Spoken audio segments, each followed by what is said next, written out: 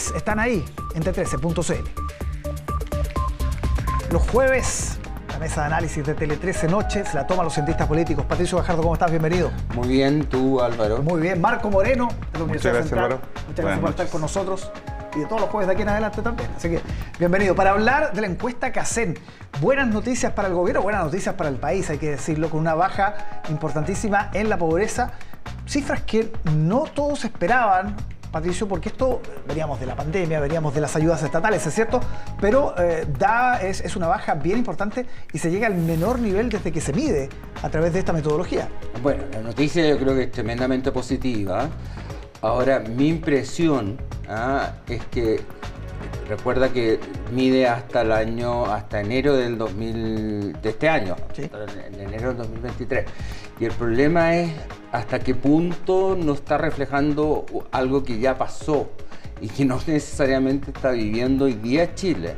Mi impresión, y a lo mejor no a partir de las cifras que me parecen espectaculares y que ojalá se mantengan en la próxima CACEN, es que no es una fotografía del momento, sino que es una fotografía de un tiempo en la cual hubo acceso a una serie de beneficios sociales estatales que ayudaron a enfrentar la pandemia, que fueron efectivos, y más efectivos de lo que nosotros pensamos. O sea, yo creo que, como tú muy bien señalabas, yo creo que nadie esperaba el resultado histórico que se obtuvo. Por lo tanto, quiere decir de que efectivamente la política pública funcionó y funcionó bien el año pasado. ¿Qué es lo que decía el ministro Mario Marcel? Respondiéndole también seguramente a la oposición, él dijo, aquí funcionaron más las políticas públicas que el crecimiento. Y claro, ese es tiempo marco de PGU, es tiempo de ayudas estatales, un tiempo bien extraordinario en realidad. ¿Cuán sostenibles son estas cifras? Sí, efectivamente, el IFE y el IFE laboral fueron dos instrumentos muy eficaces para poder contener, ¿no es cierto?, el aumento de la pobreza. Los datos son bien elocuentes, ¿no?, porque son casi 4 puntos, de 10 a 6, para decirlo en números gruesos, la pobreza por ingreso, sí. Pero también cae la pobreza multidimensional, ¿no?, que son los otros factores asociados a la pobreza. Ahora, claro, la pregunta es si esto es sostenible, y yo diría que hay que tener cuidado porque la disminución no son por ingresos autónomos, sino que son efectivamente vía subsidios, ¿no es cierto?, vía entrega directo. Aquí no entró también a influir, que alguien podría decir que fue el tema de los retiros, ¿no? Los retiros no fueron medidos como una inyección de recursos, por lo tanto, esa variable está despejada. Pero buena parte de esto se debe, ¿no es cierto?, a la acción pública, y por eso tiene razón el ministro Marcel. Ahora, el problema es que eso probablemente no sea tan sostenible en el tiempo y hay que trabajar mucho más por la vía de lo que son los ingresos autónomos. Sí. Marco, perdona, yo tengo cierto reparo con lo que dijo el ministro Marcel, porque yo creo que hay una comparación con un año anterior, que es el año de la pandemia. Entonces, independientemente que no haya sido un año de crecimiento, hay una recuperación de un país que en el fondo pasó un periodo muy complejo con la pandemia y en lo cual efectivamente el país, no te diría que creció, se detuvo en términos reales. Entonces hay como un retomar la situación anterior. Sí, por eso es una situación extraordinaria y que en lo político, evidentemente para el gobierno es un alivio. Pero hoy día, por ejemplo, el presidente Boric en el sur decía, ojo, porque esto corresponde también a la última parte del gobierno de Sebastián Piñera, una reacción bastante republicana, diría yo, ¿no? Sí, claro, porque buena parte de esos subsidios se entregaron durante el gobierno de Sebastián Piñera a propósito de lo que decía Patricio, el tema de la pandemia, ¿no? Ahí estuvo el fuerte del IFE y el IFE laboral. Eso se ha ido modificando durante el 2022 por el aumento, ¿no es cierto?, y la recuperación en el empleo. O sea, lo que tenemos hoy día es una mezcla también de elementos de recuperación de empleo y este efecto de las políticas públicas vía subsidios que permitieron mejorar y evitar la caída de la pobreza. Y en ese sentido, el presidente Boric hace un reconocimiento explícito, ¿no es cierto?, a lo que fue la gestión del gobierno anterior. Sí, en materia de desigualdad, que siempre está en la discusión, ¿no? Desde el estallido en adelante, ¿no? La desigualdad que existe en Chile. También hay buenas noticias porque el índice Gini, que es el índice especializado, cae a su menor nivel y marca una caída bien importante respecto a la última medición. Hay que recordar que acá lo más cercano a cero es lo ideal. Y en ese sentido, Pato, ¿cómo interpreta eso? ¿Por qué ocurrió esta caída en la desigualdad? Vuelvo a insistir de que es un periodo excepcional, es políticas públicas efectivas, asertivas, y debiera ser una enseñanza para quienes están gobernando ahora.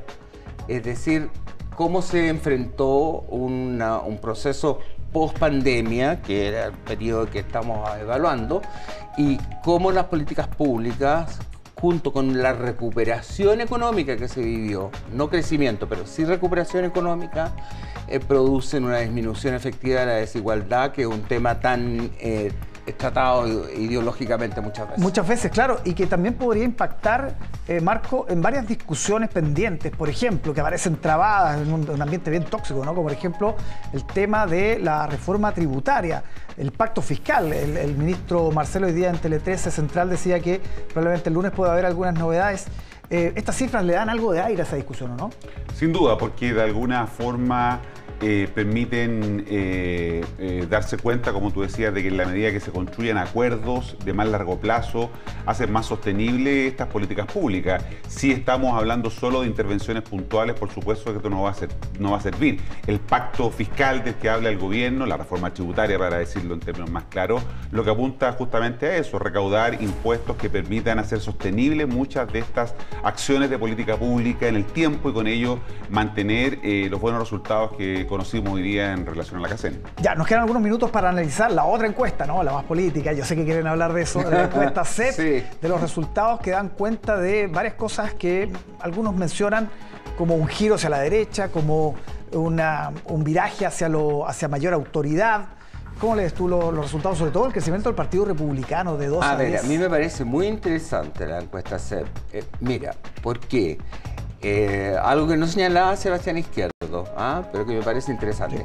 El Partido Republicano aparece sorprendentemente consolidado con un 10 puntos, cosa que el resto aparecen con 3 puntos, o sea, la diferencia es... Y quintuplica su adhesión anterior. Sin embargo, fíjate tú que es interesante que no aparece Kast en primera línea. Es verdad. Entonces, por lo tanto, lo que uno podría visualizar es que no se está dando un fenómeno populista, es decir, un liderazgo mesiánico que sería lo esperable, asumiendo los niveles de polarización que el país está viviendo, y este giro hacia la derecha.